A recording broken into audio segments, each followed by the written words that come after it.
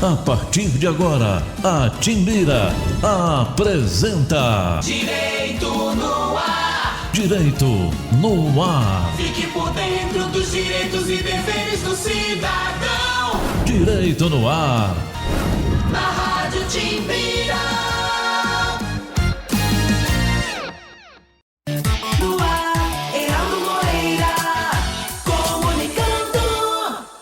Olá, meus amigos e minhas amigas do Direito no Ar. Hoje, 11 de fevereiro de 2023, aqui na gravação do nosso programa, iremos tratar do tema Direito à Cidade. E para isso a gente convidou a professora universitária, a doutora Regina Tavares. Destacamos que o programa Direito no Ar é fruto da parceria entre a Rádio Timbira, a Associação dos Magistrados do Maranhão e o Instituto Mérito. Querida amiga, professora Regina, é um privilégio tê-la conosco aqui pela primeira vez no Direito no Ar. Tenho certeza que vai ser a primeira de muitas vezes, porque é sempre muito gostoso conversar contigo.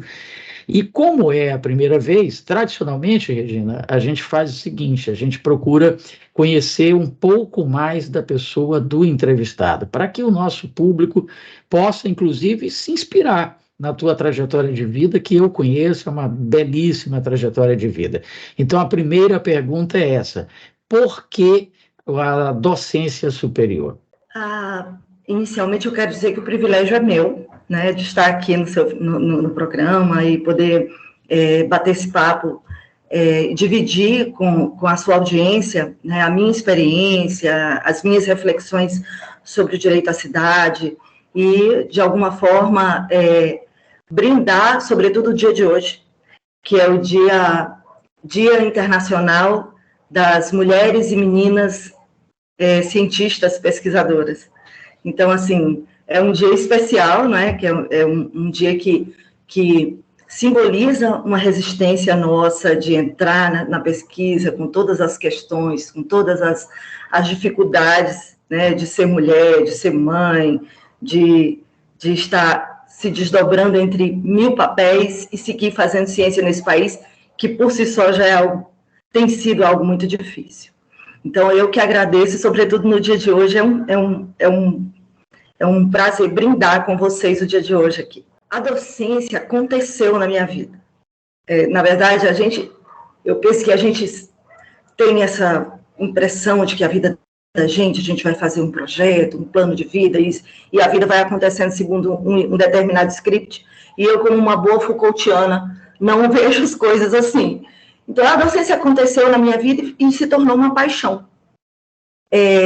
Acho que pelo fato de que o meu sonho de adolescente era ser jornalista, e acabou que isso não aconteceu, eu fui parar no direito, e o direito vai envolvendo, né, as questões relacionadas à prática acadêmica nos núcleos de assistência popular, que são os escritórios de escola, e isso foi me apaixonando, de certa forma, por poder ter contato com essas demandas a partir do direito.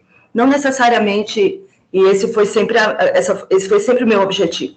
E aí, com a minha atuação nos escritórios de escola, na advocacia popular, naturalmente você vai lidando com alunos, você vai lidando com as perspectivas, os desejos dos alunos, e aquilo vai te envolvendo. E aí, quando eu vi, eu estava em sala de aula. Basicamente isso. Quando eu dei por mim, eu estava em sala de aula e falei, poxa, eu gosto disso aqui. E aí estou, nesse ano de 2023, inclusive, eu vou fazer 20 anos de magistério. Não parece, né? Porque é muito jovem a Regina, mas é porque começou muito cedo. Acho que o magistério faz bem para a pele. Fica a dica.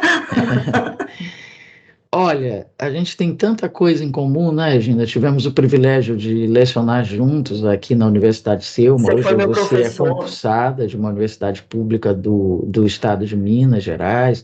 Está um pouquinho longe da gente, mas eu estava pensando aqui agora, acabo de descobrir uma coisa que não sabia a teu respeito, que tu tinhas o sonho de ser jornalista. Então, eu fiz faculdade de comunicação, com habilitação em jornalismo, só que eu não consegui concluir porque o direito não deixou. Mas quem sabe um dia eu retorno. Pode sim, com certeza. Talvez por isso, psicanaliticamente falando, eu fui parar na sala de aula, porque a gente não deixa de ser um comunicador, não é verdade? Exatamente, era o que eu ia te falar.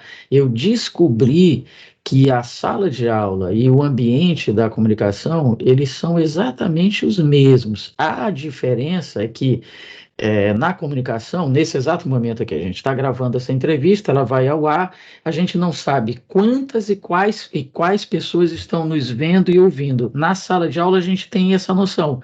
A gente sabe exatamente quantas e quais pessoas estão nos ouvindo. Mas a ideia é a mesma, é comunicar de forma simples, objetiva, clara, o seu pensamento. Então, acaba que assim, tu estás exercendo o jornalismo, só que num ambiente sob controle da sala de aula. Futuramente tu vais para o ambiente de fato do jornalismo em aberto. Acho que eu já estou aqui em um, não é? Acho que eu já estou aqui. Pode ser a tua estreia hoje, vamos colocar isso como marco temporal aí. Bom, vamos agora, professora Regina Tavares, conversar sobre o tema da entrevista, que é direito à cidade. E a primeira pergunta, claro, que vem à cabeça de quem está nos assistindo é: o que é isso? O que seria esse tal direito à cidade? Bom, o direito à cidade, ele vem primeiro de uma construção filosófica, que foi ganhando corpo a partir da realidade de cada lugar em que esse tema era debatido. Mas, inicialmente, digamos assim, que o nascimento desse tema e dessa noção parte de um filósofo francês chamado Henri Lefebvre. O Henri Lefebvre, ele compreendendo a questão urbana e compreendendo que o evento do urbanismo é algo que decorre de toda uma estrutura de remodelação das cidades a partir da Revolução Industrial, do fortalecimento das relações capitalistas e de como nasce um contexto diferente, que precisava de uma análise diferente, que você não podia analisar aquele fenômeno que decorria da industrialização, do aumento das cidades, do fluxo de pessoas que saíam do campo e passavam a ter suas relações sociais num outro ambiente que era o da cidade, de como as cidades foram inchando e de como, de repente, elas explodiram, né, em outros núcleos. E todo esse processo, o Henri Lefebvre entendeu, não, isso precisa ser categorizado e estudado como um evento em si. Então, ele lançou esse conceito do direito à cidade, inicialmente, como um apelo. Porque o que ele diz? Olha, a cidade, a partir da industrialização, a cidade explodiu e também implodiu. Implodiu em que sentido? Porque as relações que se tinham no ambiente das cidades, que eram as relações voltadas a uma vivência mais, digamos assim, que as pessoas podiam usufruir dos espaços da cidade de maneira mais coletiva, com a industrialização e todas as demandas, né, por espaço, por a necessidade de encontrar moradia na cidade, de encontrar espaços de deslocamento, fez com que aquela cidade, digamos assim, mais romântica, mais que você tem desde uma concepção das cidades medievais, e de como começaram a formação dos núcleos das cidades, isso implodiu. Mas, ao mesmo tempo, a cidade explodiu, ou seja, ela explodiu em núcleos. O trabalhador que mora na periferia e que tem lá a sua vida afastada de onde a cidade realmente oferece espaços de vivência, de lazer. Então, ele parte de uma categoria de que essa vida urbana é uma vida sem sal, uma vida insossa. E aí ele coloca essa categoria do direito à cidade como, e ainda de maneira filosófica, como um retorno à festa, um retorno à felicidade, um retorno ao encontro. Então, o direito à cidade é um apelo, né, para que a vida urbana se aconteça de outra forma e não seja tão moldada pelas necessidades do capitalismo. Mas, e eu não vou tratar aqui de todos os debates que foram empreendidos a partir desse conceito, mas dando um salto aqui no Brasil, esse apelo à vida urbana ganha uma outra significação, porque nós não estamos diante de uma realidade no Brasil e na América Latina de um estado de bem-estar social, em que Lefebvre diz, olha, as pessoas que moram nas periferias, elas têm uma vida monótona e passam boa parte do tempo nos transportes públicos e chegam em casa e tem a sua televisão e tem os pequenos espaços onde eles podem exercer algum tipo de descanso, mas eles não têm acesso à vida urbana, à cidade, porque o capitalismo afastou. E aqui no Brasil isso ganha uma outra dimensão, porque as pessoas não têm um transporte de qualidade, porque as pessoas, num país de déficit habitacional de mais de 6 milhões de moradias faltantes, as pessoas não têm essa vida, digamos assim, monótona. Na verdade, há necessidades muito mais fundamentais. Então, o direito à cidade aqui no Brasil, ele ganha camadas de complexidade que se torna, na verdade, um apelo por direitos mais elementares, como direito ao saneamento, direito a uns espaços de lazer, ou seja, de equipamentos urbanos fundamentais de acesso a um posto de saúde, de acesso a uma escola, e da própria segurança na posse, né? As pessoas que, como hoje, vivem ameaçadas de serem removidas de seus locais de moradia atualmente em razão dos eventos climáticos, né? Quer dizer, em razão dos eventos climáticos, os eventos climáticos encontram uma situação muito propícia de precariedade habitacional para que eles instaurem o que no direito à cidade a gente chama de racismo ambiental, que são as pessoas que sofrem de forma mais dramática, né, a questão dos eventos climáticos. Mas, enfim, então, aqui no Brasil, o direito à cidade ganha essa dimensão. E o debate do direito à cidade aqui no Brasil, ele tem meio que essa configuração mais tentacular, né? Ele parte um pouco dessa perspectiva filosófica, que é proposta por Henri Lefebvre, mas ele passa a estudar bastante como que o direito à cidade se manifesta num país desigual como o Brasil. Maravilha, acho que ficou muito claro. Professora Regina, esse episódio recente que aconteceu na cidade de São Paulo, daquela discussão sobre arquitetura hostil, acho que é esse o termo, passa Sim. também por aí? Tem algum link com o direito à cidade ou não? Completamente, né? Porque normalmente onde se empreende a arquitetura hostil são nos espaços onde a cidade ela é bastante útil para a circulação. Seja para a circulação de pessoas e mercadoria, você coloca pedras debaixo de viadutos, ou seja, para a circulação de bens e serviços, ou seja, onde a cidade encontra, né, na maneira como a estrutura urbana se organiza, onde a cidade encontra bastante utilidade em termos de valor de troca, e não do uso, né, coletivo da cidade, né, que é um dos apelos do direito à cidade. E aí a arquitetura hostil, ela existe exatamente para demarcar essa função urbana, que é de se valer da cidade como um espaço de circulação, seja de circulação no sentido mais literal do termo, como para a circulação do mercado, de extração de renda mesmo da cidade. Então, você precisa, de alguma forma, dotar determinados espaços de um certo valor que imprima nele uma condição de exclusividade, né? Esse espaço aqui, ele tem uma estética, ele tem uma certa higiene, né? E por isso, em razão disso, ele ganha mais valor de troca para o mercado. Então, certas pessoas indesejáveis, que, digamos assim, não ornam com esses espaços, elas precisam, de alguma forma, serem expulsas dali, para que o espaço mantenha essa integridade. Integridade, eu estou falando no sentido muito dentro do discurso de como pensar a cidade como um produto que vai valer dinheiro, porque você não pode criar terra, como você vai numa fábrica e cria celulares, e cria televisores, e cria computadores, e cria roupas. A terra você não cria. Então, você tem que encontrar algumas estratégias de valorização da terra. Então, a arquitetura hostil é uma dessas estratégias do capitalismo de manter o valor da terra segundo essa dinâmica aí do mercado imobiliário e da construção civil e no propósito de manter a circulação do capital. Muito bem, maravilha.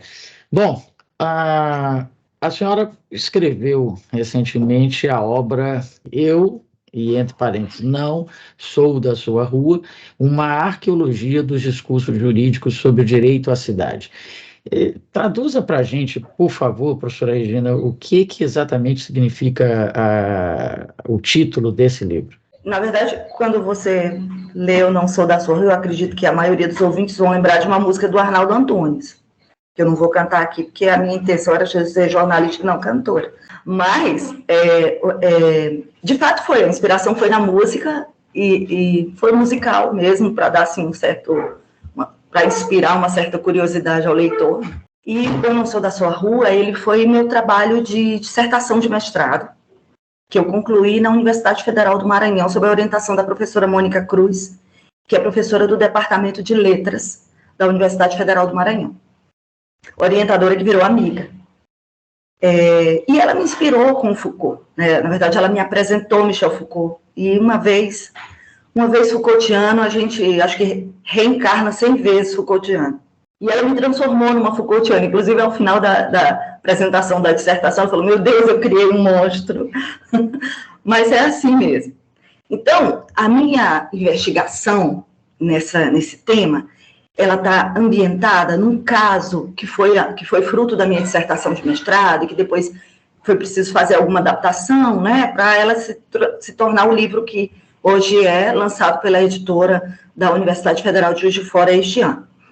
A propósito, é um livro em formato e-book e de acesso livre. Então, a única necessidade, o único pré-requisito que você tem para acessar esse material, esse texto, é querer ler, né? Porque é só entrar no site da universidade, da editora da universidade, baixar o livro e voar lá. Pois bem, então, esse livro, essa pesquisa da qual resultou o livro, ela se ambienta num caso de uma ação civil pública que foi movida em São Luís do Maranhão, cujo objetivo era realizar a demolição e, consequentemente, a remoção das famílias que ocupam um prédio que foi abandonado por seus adquirentes. Ele foi abandonado, as prestações liquidadas. A minha pesquisa, ela teve um marco de início e eu não tinha como entender por que o prédio foi abandonado, que razões levaram os adquirentes a abandonarem o prédio. Então, eu não posso afirmar isso categoricamente de maneira científica, apenas de informações verbais de que o prédio tinha algumas questões lá na sua estrutura, e ele acabou sendo abandonado. Um prédio da década de 80. E aí o que aconteceu é que a solução dada para o caso das famílias que ocuparam, que o prédio ficou abandonado há muito tempo, as famílias ingressaram no prédio, o prédio antes era ocupado para consumo de entorpecentes, e as famílias entraram, e ali é um local, digamos assim, dentro daquela dinâmica do direito à cidade, é um espaço de exclusividade, porque fica num lugar que está na dinâmica da cidade. Então, é próximo aos postos de trabalho, é próximo às escolas, é próximo à creche, é vizinho ao centro da cidade. Então, onde a cidade realmente acontece, onde acontece o sonho de Lefebvre de que a cidade é uma festa, esse prédio oferece essa realização de viver num ambiente urbano em que você tem acesso às coisas, né? Então, essas pessoas que elas saem das periferias, ou então de situações extremamente precárias, como moradias em lugares inóspitos, e aí elas usam dessa resiliência de construírem seus próprios territórios, né? Uma vez que o Estado não alcança essas pessoas com suas políticas públicas, então elas vão e constroem seus próprios territórios, e foi isso que essas famílias fizeram. Entraram nesse prédio, arrumaram o que podiam, dividiram em unidades habitacionais, e aí, por volta de 30, 33 famílias ocupavam esse prédio, e aí, diante da situação, digamos assim, que destoava do local, do bairro, não é? Porque era um lugar de habitação popular, que vulgarmente chamado invasão, que não é invasão, era uma ocupação, e aí meio que destoava da dinâmica, né? Aquelas pessoas não podiam estar ali, elas não eram daquela rua. Então, a proposta foi que elas fossem removidas, inseridas em programas de assistência, como Minha Casa Minha Vida, ou aluguel social, mas que elas saíssem dali e o prédio fosse demolido. Então, o meu livro, ele vai abordar essa história, esse caso, a partir de que esse processo de desocupação, para que ele chegasse a essa solução para o caso, que é a demolição do prédio e a retirada das famílias daquele espaço, para que ele chegasse a essa verdade, e foi o que me intrigou, eu pensei, qual é a história dessa verdade? Porque eu parto da concepção de que toda verdade ela tem uma história. O que eu quero dizer com isso? A verdade, ela não é algo imanente do seu objeto de conhecimento. As coisas são o que são, e nós é que atribuímos verdade às coisas. Bom, isso é uma perspectiva bastante Foucaultiana de entender, de realizar o conhecimento de um determinado objeto. E eu parti dessa premissa. Bom, essa decisão judicial, essa promoção dessa ação, ela não tem uma verdade em si. Essa verdade é construída. E qual é a história? Partindo do pressuposto de que a cidade é uma disputa, né? Qual é a história dessa verdade? Então, eu, um livro do Foucault, A Verdade e as Formas Jurídicas, né? Ele me ajuda a compreender, a pensar nessa verdade a partir da seguinte distinção, onde ele diz, olha, e é uma pista filosófica, ele diz, olha, a verdade, ela tem duas histórias. Primeiro é uma história interna. O que é a história interna da verdade? É o significado das coisas, né? A verdade é formulada a partir do princípio de regulação sobre o qual você vai pensar um determinado objeto. Vamos ser mais didáticos aqui. Então, você tem, por exemplo, uma ação de indenização, indo para o direito, uma ação de indenização por danos morais. Como é que se constrói a verdade dessa ação a partir dos princípios internos? A verdade, você vai pensar a verdade interna disso. A partir do significado, né? Você vai entender o dano moral. O que é o dano moral? Né? Você vai ter algo ou alguém que lhe fere a sua honra subjetiva e, de alguma forma, você precisa ser reparado por isso. E aí você faz toda essa concatenação de significados dentro dos princípios próprios de regulação de funcionamento daquele tipo de saber, e você chega a uma verdade. Isso é a verdade interna, ou seja, o que eu falo? O que é dito dentro daquele âmbito, daquela ação. Né? E existe uma verdade que é uma verdade externa, né? Que é uma verdade que se forma não a partir da coisa em si. Aí eu estou falando bastante filosoficamente, mas a gente vai entender porque eu vou especificar melhor. E essa história externa da verdade, ela vem a partir de uma construção de práticas sociais, de condições de possibilidade, para que, e o que Foucault chama de um regime de produção de verdades, para que essas verdades produzidas a partir de práticas sociais, de discursos, dessa disputa sobre quem pode falar sobre alguma coisa, de onde se fala sobre determinado objeto, como se fala, do que se fala. Veja que eu não estou falando do que se fala, mas de onde se fala, como uma categoria de análise de discurso, que é o que a gente chama de lugar de fala, que foi um pouco distorcido, porque o lugar de fala não é um dispositivo de interdição de discurso, mas é um dispositivo de análise de discurso. Quem fala sempre fala de alguma posição. Então, é a partir daí que você constrói a história externa da verdade, né?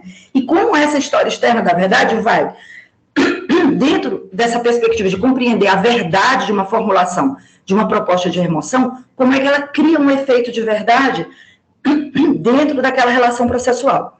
Agora vamos explicar melhor. Quando a gente vai pensar a verdade interna dessa formulação, que pretende expulsar aquelas pessoas daquele local onde elas estão, porque elas não são daquela rua, quando a gente vai pensar na história interna daquela verdade, a gente vai pensar nos princípios de regulação. Então, o que nós temos como princípio de regulação? Nós temos um prédio abandonado, liquidado por seus adquirentes, e que se encaixa numa categoria jurídica chamada abandono. A princípio, para a gente pensar num prédio que foi abandonado, para que ele seja declarado como uma coisa vaga, você precisa pensar, porque se trata de uma edificação, um ambiente urbano, então você vai pensar a partir de um princípio, de um axioma, função social da propriedade, né, que é a propriedade, a partir do preceito de sua função social, ela deixa de ser uma relação entre uma pessoa e uma coisa, né, mas uma relação entre uma pessoa e toda a sociedade, de maneira que a relação a partir de uma coisa, a relação que a pessoa vai ter com essa coisa, ela deve atender a uma perspectiva de vida coletiva. Como é que aquele imóvel, aquela propriedade vai se colocar dentro de um contexto que é um contexto coletivo. Então, a partir desse preceito da função social da propriedade, a gente vai pensar na propriedade dos bens imóveis não utilizados, que era o caso. Então, vai atender um determinado regime jurídico. Nós estamos falando da construção interna da verdade desse caso, né? Estamos fazendo aqui um raciocínio bastante linear. Então, o artigo 5º do Estatuto da Cidade diz, olha, a obrigatoriedade do proprietário é de parcelar, edificar e utilizar a sua propriedade urbana. E além do que, é uma obrigação que ela é determinada compulsoriamente, sob pena de ser aplicada algumas penalidades, dentre elas o IPTU progressivo e, no final, a própria desapropriação. O artigo 1276 do Código Civil fala da categoria do abandono do imóvel, onde se presume, com 5 anos de atraso de IPTU, que o imóvel está abandonado, obviamente juntando outras referências, que é o fato, não tem uso, está realmente abandonado. Então, o que acontece? Esse imóvel vai ser arrecadado como coisa vaga, né? E aí, em 3 anos, desse processo de arrecadação, ele é incorporado ao município. E tem mais, né? Porque a Lei 3465, que é a lei que estabelece a fórmula da regularização fundiária urbana, coloca no artigo 64, detalha como é que se dá essa arrecadação, e diz, essa arrecadação feita pelo município de coisas vagas, ela deve atender a objetivos sociais, sobretudo, servirem como objeto de regularização fundiária urbana de interesse social, para a formação de habitação de interesse social. Então, nós temos aí a verdade interna completamente construída, não temos? Nós temos a verdade, né, que é essa da função social da propriedade, da coisa vaga, né, da necessidade de que essa coisa vaga seja destinada à habitação de interesse social, conforme os nossos dispositivos legais. Então, essa verdade interna, essa verdade que se vale, né, o direito se vale dessa verdade, o direito é uma formulação, né, prática dessa verdade, e que vai servir para conter relações de poder, que é o fato daquelas pessoas não terem onde morar, que é o fato daquelas pessoas estarem inseridas numa dinâmica capitalista que exclui, né, que você só vai ter acesso à moradia na medida do que você pode pagar por. Então, o direito vai servir para isso, para conter relações abusivas de poder. Só que não foi isso que aconteceu. O que aconteceu foi que o que se pensou foi que aquelas pessoas deveriam sair dali, que aquele prédio, aquela construção que uma urbanista, Hermínia Maricato, chama de patrimônio banal, é isso, que ela chama de patrimônio banal. O que é patrimônio banal? Não são as obras realizadas na cidade e que elas têm uma funcionalidade. Então, que mentalidade é essa que vai utilizar de um edifício construído que pode ser reabilitado e servir à função social da cidade, inclusive a habitação de interesse social, que é um tema tão caro aos municípios, porque os municípios não têm recursos, né, para resolver o problema de moradia nas suas respectivas circunscrições. É uma questão difícil com que o município lida. Então, que mentalidade é essa que opta por demolir um prédio já erguido, num espaço urbano, que oferece às pessoas que podem residir nesse lugar uma vida urbana decente? Que mentalidade é essa que prefere retirar essas pessoas e criar mais demanda habitacional para o município? Então, a gente entende aí que essa verdade interna ela não funcionou muito bem. E aí isso só ratifica a perspectiva de Foucault de que a história da verdade ela é externa, realmente. Né? Que a verdade não é imanente, ela não parte de um conhecimento original. E aí Foucault diz, a verdade, o conhecimento ele não tem origem. Ele diz, origem no sentido de ser original, de ser algo imanente ao conhecimento. O conhecimento ele é uma prática, né? O conhecimento ele é uma invenção. E ele afirma isso no livro A Verdade e as Formas Jurídicas, que eu deixo aqui de dica de leitura. Então, o resultado disso, né, da construção dessa verdade externa, que determinou com que aquelas pessoas fossem expulsas do seu local que elas já moravam há mais de 20 anos, é que havia um risco, sendo que esse risco não foi periciado devidamente, e nem investigado se ele podia ser mitigado, e isso é uma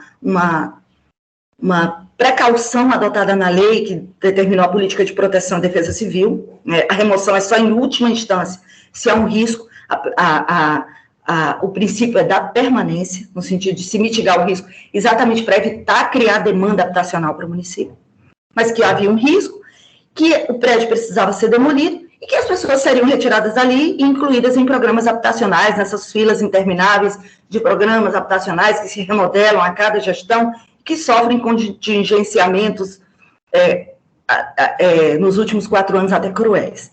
Então, o que a gente entendeu é que essa decisão, ao invés de ser modelada a essa verdade que a gente toma como imanente ao direito, ela atendeu a outros propósitos, que é de uma hierarquia socioespacial, dessa que Lefebvre falava em 1968, lá na França, de um assistencialismo, ou seja, excluiu, apagou, invisibilizou o protagonismo dessas pessoas, de terem seus próprios territórios de moradia, e destinaram ela para as filas intermináveis dessas políticas públicas de provisão habitacional, e de criminalização, né, aquela forma de morar é uma forma criminalizada, sobretudo porque essas pessoas são tratadas como invasores, né, e essa é uma terminologia bastante usada nos processos de reintegração de posse, etc. Então, a pesquisa, finalmente, ela busca entender como foi possível a construção dessa verdade. Então, por isso é uma arqueologia, né? Por isso eu não posso entender essa verdade a partir daquela nossa primeira premissa, A, B, C, 1 mais 2 mais 3 é igual. Não tem como eu seguir essa perspectiva linear, porque ela não vai chegar ao resultado, e tampouco vai me ajudar a entender por que o resultado foi outro. Eu preciso escavar. E aí, daí é esse procedimento que Foucault, ele meio que orienta, não é uma metodologia, ele mesmo diz que não é um procedimento de análise a partir dos discursos, como se formam determinados saberes, e como esses saberes vão se cristalizando em camadas, até em determinado momento obter um determinado efeito de verdade incontestável, que é o fato de que essas pessoas têm que ser expulsas dali, né? Então, a arqueologia, ela ajuda a entender como é que se dá esse processo. Então, ela não é linear, ela é vertical. Como o próprio nome diz, ela é uma escavação.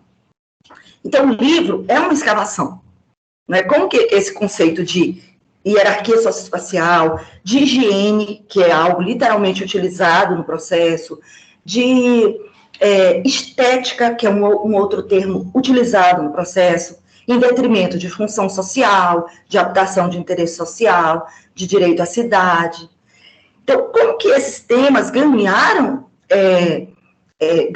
preferência no discurso jurídico?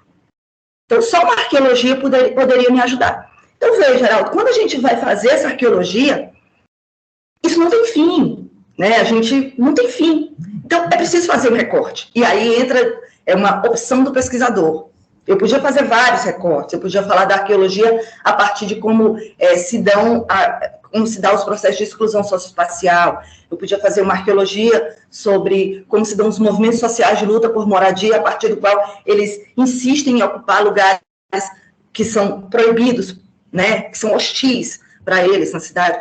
Mas eu optei, e é uma opção do pesquisador, fazer uma arqueologia a partir da história, né, do discurso urbanístico.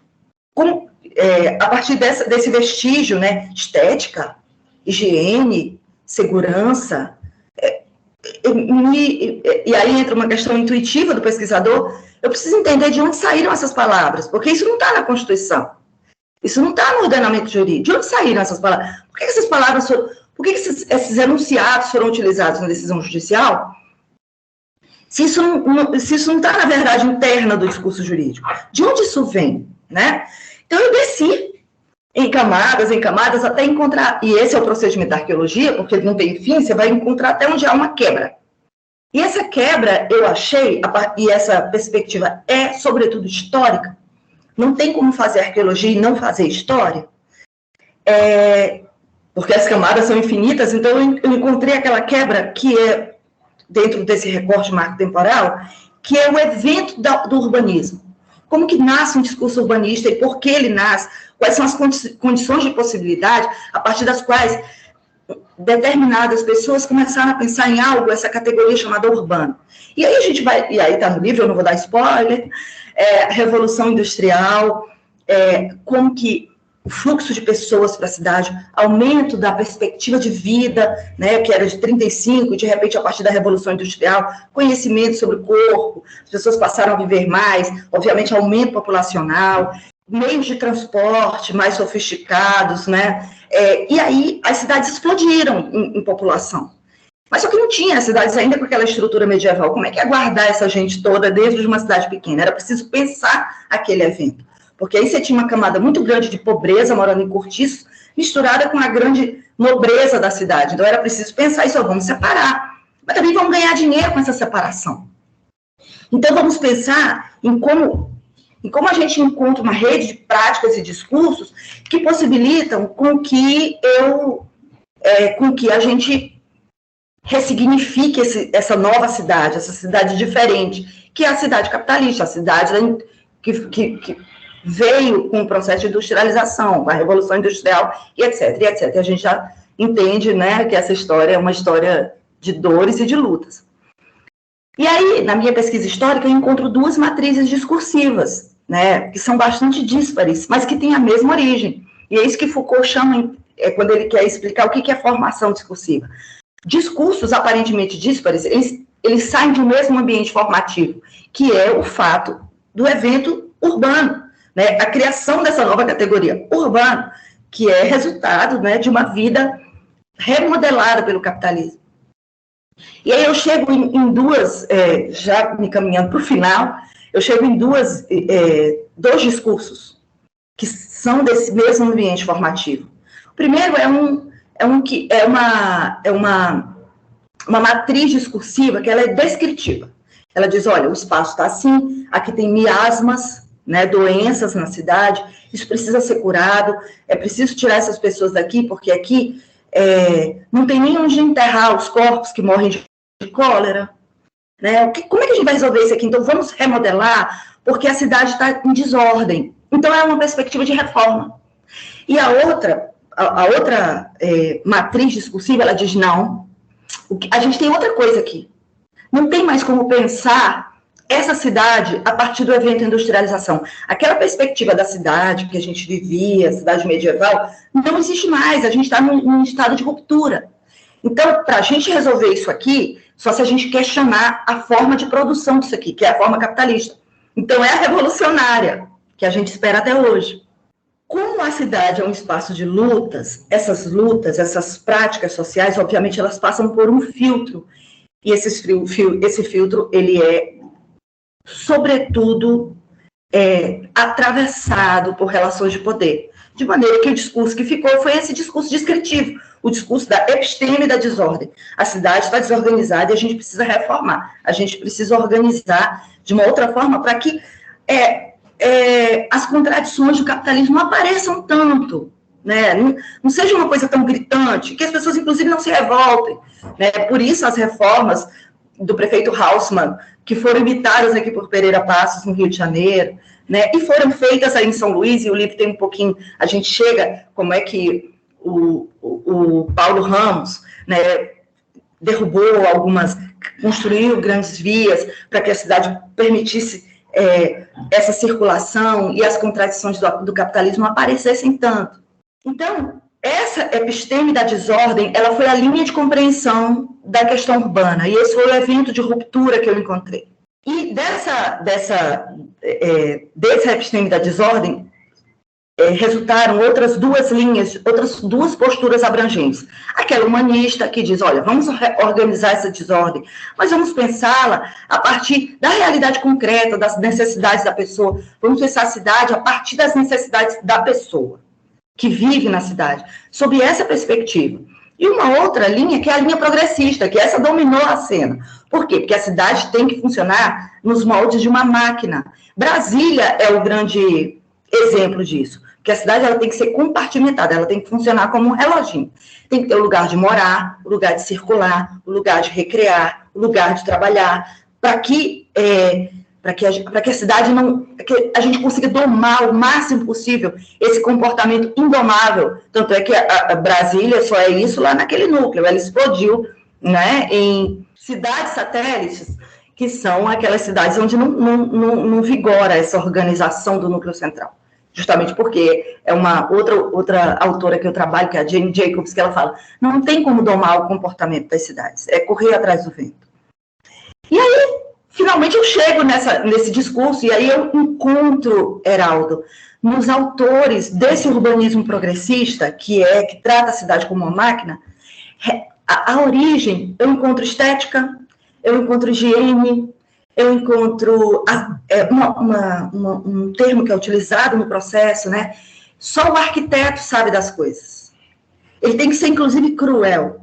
O Le Corbusier, que é o grande formulador do urbanismo progressista, ele fala isso. E lá no processo, quando há uma audiência para tentar celebrar um acordo sobre o destino das pessoas que moram naquela ocupação, adivinha quem não participou da audiência? Os moradores.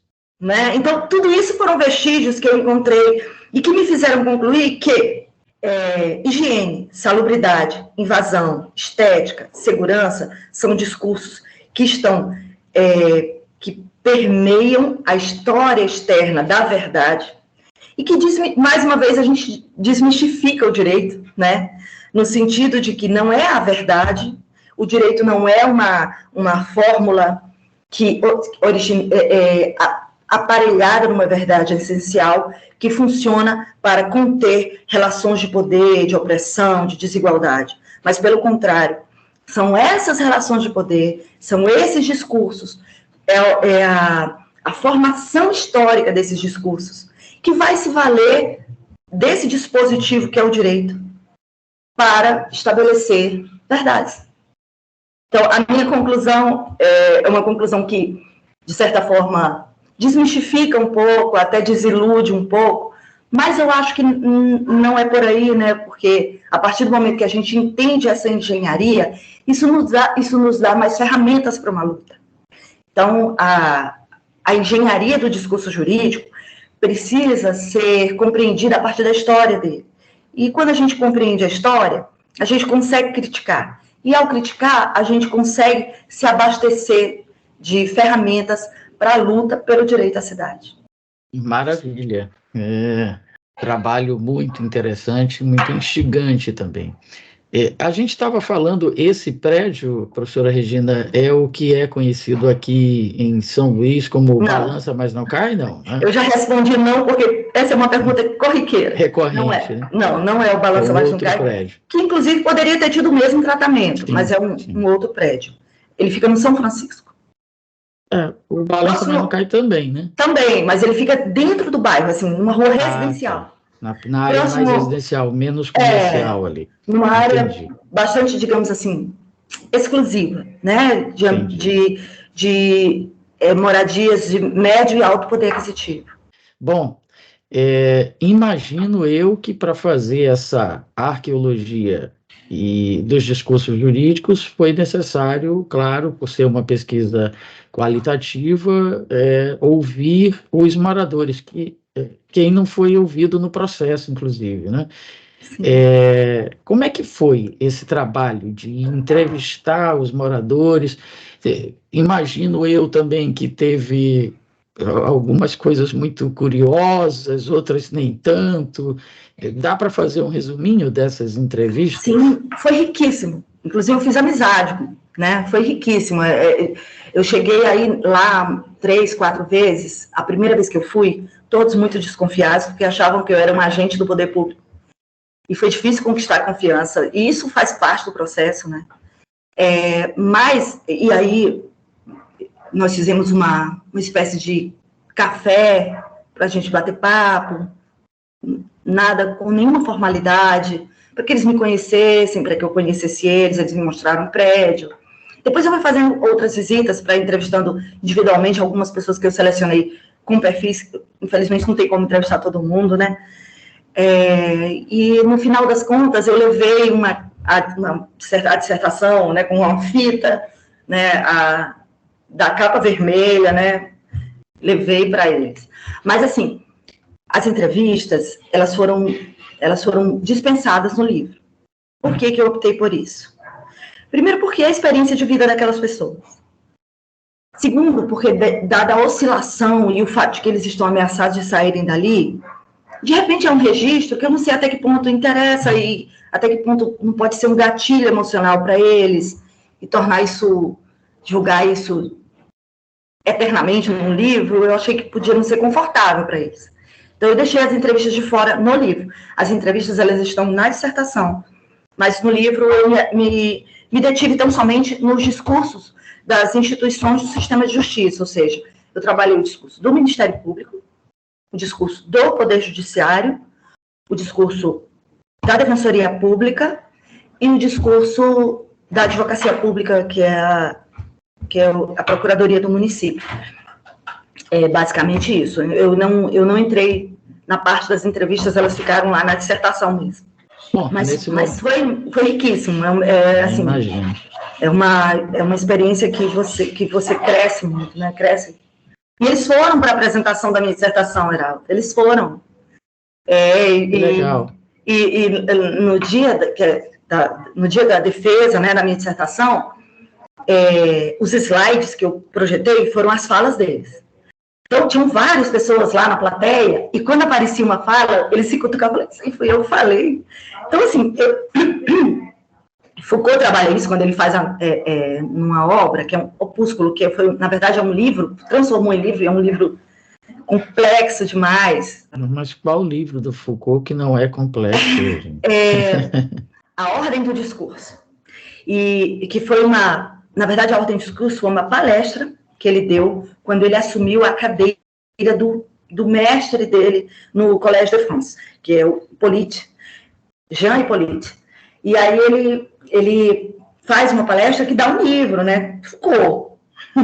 E é um dos livros mais bonitos que ele tem. E é um livro que cada um tem sua experiência Foucaultiana, foi por onde eu comecei. E aí ele fala, olha, existem dispositivos de interdição de discurso.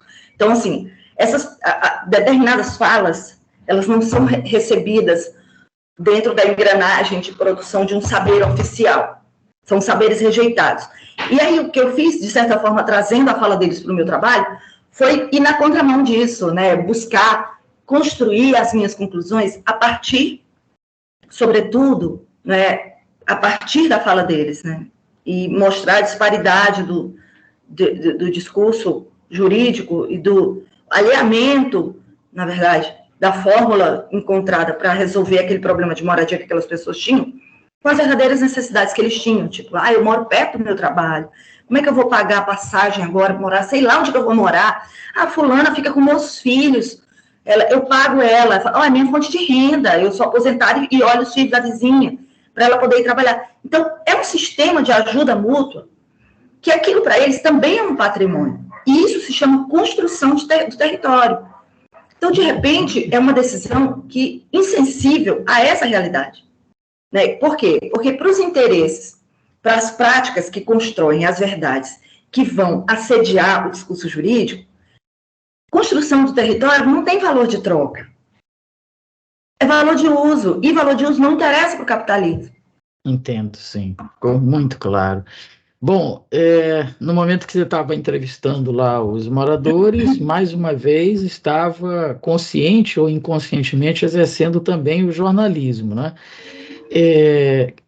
Agora, Regina, vamos tentar enxergar um outro lado, né? Fazer a dialética mesmo, o discurso, e até porque a gente sabe que toda pesquisa, por mais profunda e bem feita que ela seja, e eu tenho certeza que a tua foi, mas há o chamado viés, né? A gente não poderia justificar todos esses discursos injustificáveis, porque havia também uma outra verdade, que era o risco de desabamento, ou seja, ao mesmo tempo que aquelas pessoas estavam sendo desrespeitadas, elas não estavam sendo também protegidas? Você chegou a trabalhar isso? Sim, na verdade eu trabalho isso na minha tese de doutorado. Esse é um tema que eu estou investigando atualmente, né? Como que o discurso do risco, ele se coloca como um elemento de interdição de qualquer outra racionalidade. Porque ele é calçado num argumento indefensável, que, poxa, a gente quer proteger a vida dessas pessoas. Essas pessoas estão correndo risco de vida, como a gente tem aqui. Por exemplo, eu moro numa cidade que é a terceira cidade com mais área de risco em Minas Gerais e a nona no Brasil. E aí, Heraldo, o que eu encontro a respeito disso é que essas construções discursivas da proteção à vida, elas criam uma falsa assimetria entre direito à vida e direito à moradia, como se fossem direitos que estivessem colocados em patamares diferentes. O direito à vida é um direito indiscutivelmente mais importante que o direito à moradia. E eu penso que isso é uma discussão também que tem uma história, um discurso que tem uma história. Porque vida e moradia são direitos da mesma estatura, porque são direitos existenciais. Fala para uma pessoa que mora em uma área de risco, que mora ali porque ela levantou sua moradia com seu próprio braço, à custa de muito esforço, e é acostumada à resiliência da vida dura de quem é um catador de material reciclável, de quem é uma pessoa que está em trabalhos informais. Fala para ela que ela está em situação de risco. Ela fala, minha vida já é um risco. E esse risco aqui, eu vou saber lidar com isso. Então, assim, é um discurso que o Estado coloca de proteção, que, na verdade, é um discurso, digamos assim, é um discurso que você não consegue encontrar coerência nesse discurso. Porque se é uma preocupação com a vida dessas pessoas, por que essa preocupação também não se estende à questão dos postos de trabalho, à questão da habitabilidade da casa com as paredes rachadas, com o fato da escola das crianças, a mobilidade? Por que não há essa preocupação? A preocupação é só limpar aquele território. Eu suspeito, ainda não cheguei à conclusão da minha tese, e a minha tese vai para um outro viés, mas eu suspeito também que tem aí uma questão securitária, porque, veja só, para um município que lida com as dificuldades de uma política habitacional inconsistente, falta de recursos, é mais barato ele se livrar da responsabilidade de uma situação de risco, removendo as pessoas e empurrando com a barriga, do que reabilitando os espaços, reassentando locais próximos, respeitando aquela territorialidade do que a gente falou. As pessoas que já têm os laços de vizinhança, de pertencimento comunitário, de deslocamento já muito bem cristalizados. Então, é mais caro. Entende? Então, esse discurso do risco, ele é importante, né? De fato, ele é importante, mas ele não pode chegar sozinho. Então, no caso da remoção do pessoal desse prédio, o discurso do risco se colocou como uma interdição, porque sequer foi periciado. Então, houve uma perícia, que foi uma perícia encomendada pela Defensoria Pública, 2 perícias encomendadas pela Defensoria Pública, que o laudo foi que, não, isso aqui tem como reestruturar, tem como requalificar. É possível. Mas a fala do risco, o medo, né, de colocar essas pessoas em situação de que o prédio pudesse desabar, chegou na frente de qualquer outra racionalidade. Mas saindo dessa questão mais discursiva, mais abstrata, de direitos humanos, a gente vai lá para a Lei 12.408, que é a lei que estabelece a Política de Proteção Nacional e Defesa Civil, e diz, olha, o risco deve ser avaliado, analisado, levando em consideração a manutenção das pessoas em seus locais de moradia. A remoção é a última e inevitável saída. Se for possível, requalificar, porque o princípio sobre o qual se constrói isso é o princípio da permanência. E não é só o princípio da permanência, é o princípio da permanência. Textualmente a lei diz, é preciso dar oferecimento, é preciso dar solução habitacional para essas pessoas em termo definitivo, não é nem provisório. E ela diz também, né, todo o conjunto normativo que trabalha essa questão de remoção de áreas de risco, diz também, não pode remover sem um diálogo, não pode remover sem informação, e não pode haver comportamento discriminatório. Então, o discurso do risco, ele nunca pode chegar sozinho. E a gente não pode naturalizar isso. Porque o discurso do risco sozinho, ele é vazio, ele não encontra eco nas pessoas que vivem em áreas de risco. Maravilha. Professora Regina Tavares, a conversa contigo é tão agradável, é tão rica, é tão interessante que ela merece ser feita com um bom vinho e sem hora para terminar. Infelizmente, aqui não é assim que funciona e a gente chegou ao nosso limite temporal. Então, querida, eu queria mais uma vez te agradecer pela disponibilidade. Eu sei que você está construindo aí a sua tese do doutorado, que é um momento muito difícil, né, de ter que ler muito, escrever muito, e aí parar um pouco para nos dar atenção. Isso daí já foi de extrema importância. Nossa, então, eu é que agradeço, Heraldo. O espaço agora para suas despedidas e considerações finais. Olha, essa possibilidade de diálogo é tão importante quanto qualquer atividade que um pesquisador se empenha a fazer, seja na elaboração de uma tese, na escrita de um artigo, na escrita de um livro. Não tem grau de importância, né? Não é tão importante quanto, porque quando a gente consegue dialogar e consegue compreender melhor as ideias, né? Porque o trabalho de um pesquisador é um trabalho um pouco solitário, é um trabalho sofrido. Eu costumo dizer, é bom, mas é ruim, mas é bom, mas é ruim. Mas é um trabalho sofrido, então, solitário, você fica com as suas angústias, né? E no momento que a gente encontra um espaço de diálogo, de escuta, né?